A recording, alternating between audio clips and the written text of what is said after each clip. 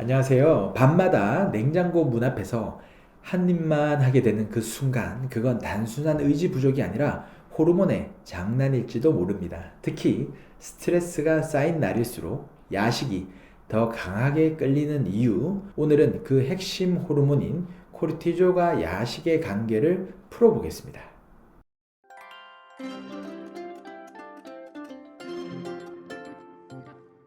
원장님, 많은 분들이 스트레스를 받으면 폭식한다거나 과일만 유독 입맛이 돈다고 말씀하시잖아요. 진짜 스트레스가 식욕을 자극하는 게 맞나요? 네, 그렇습니다. 스트레스를 받으며 우리 몸에서 코르티졸이라는 호르몬이 분비됩니다. 본래는 우리 몸을 보호하기 위한 방어 기전 중 하나로 위험 상황에서 에너지를 빨리 쓰기 위해서 혈당을 높여주고 집중력을 올리는 역할을 합니다. 그런데 문제는 이게 지속적으로 높게 유지될 때입니다. 하루 종일 정신적으로 긴장하거나 피로가 누적된 상태가 계속되면 코르티졸이 밤에도 떨어지지 않아요. 그럼 뇌가 에너지가 더 필요해 라고 착각해서 자꾸 탄수화물과 단 음식, 야식을 찾게 되는 거죠. 그래서 야근하고 집에 오면 평소엔 안 먹던 빵이나 라면이 그렇게 생각나는 거군요. 맞아요. 그게 바로 코르티졸이 작용하는 전형적인 패턴이에요. 코르티졸은 원래 아침에 높고 밤에는 낮아야 하는 것이 정상적인 생체 리듬인데 스트레스를 계속 받으면 밤에도 코르티졸이 떨어지지 않습니다. 그 결과 인슐린 저항성이 올라가고 혈당이 급격히 떨어지는 시점이 오면 뇌가 에너지가 부족하다고 신호를 보내게 되죠. 그리고 그때 우리가 느끼는 게 바로 야식의 욕구입니다.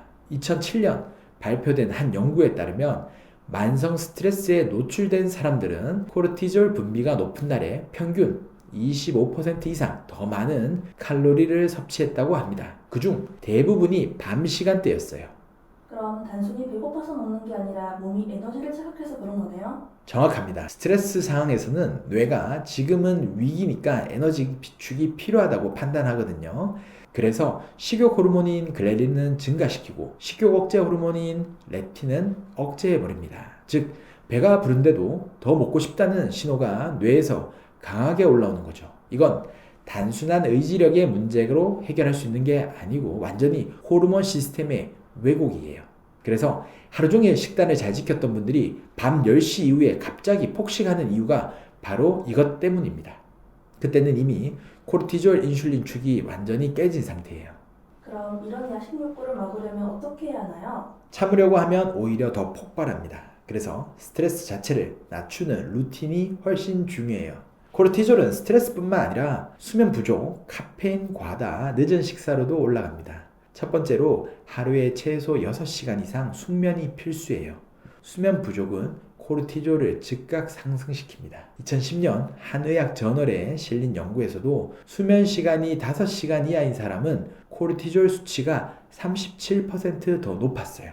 두 번째로 저녁 식사는 탄수화물보다는 단백질 위주로 구성하고요. 단백질은 포만감을 오래 유지하고 혈당 변동을 줄여줍니다. 그래서 밤에 무언가 먹고 싶다는 신호를 덜 받게 돼요.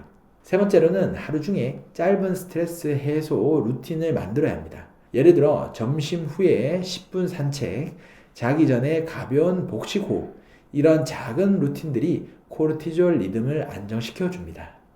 한의학에서는 이런 스트레스성 야식을 어떤 상태로 보나요? 한의학에서는 이런 경우를 간기울결이라고 봅니다. 즉, 스트레스로 인해 간의 기운이 막히고 그 기운이 위장으로 몰리면서 위장이 과도하게 자극되는 상태예요.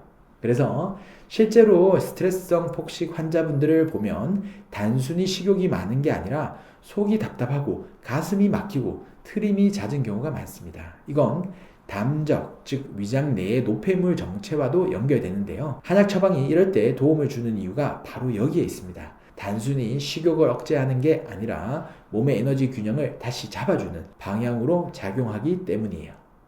결국 야식 욕구나 의지 부족이 아니라 몸의 시스템이 만든 신호라는 말씀이네요. 정확합니다. 밤마다 냉장고를 열게 만드는 건 우리의 의지가 아니라 호르몬이 내는 경보음이에요. 지금 스트레스가 너무 높으니 에너지를 달라는 뇌가 보내는 생리적 반응입니다. 그래서 나는 왜 항상 실패하지? 라고 자책할 필요가 없습니다. 대신 내 몸이 지금 어떤 스트레스를 받고 있는지를 돌아보는 것이 더 중요해요. 야식을 참는 게 아니라 몸을 진정시키는 루틴을 만드는 게 핵심입니다. 오늘 이야기한 스트레스성 야식은 단순히 밤에 입이 심심해서 생기는 문제가 아닙니다. 코르티졸, 인슐린, 그렐린, 렙틴이 뒤엉킨 몸의 생리적인 경고 신호예요. 야식을 줄이는 가장 확실한 방법은 참는 것이 아니라 몸의 리듬을 되돌리는 것입니다.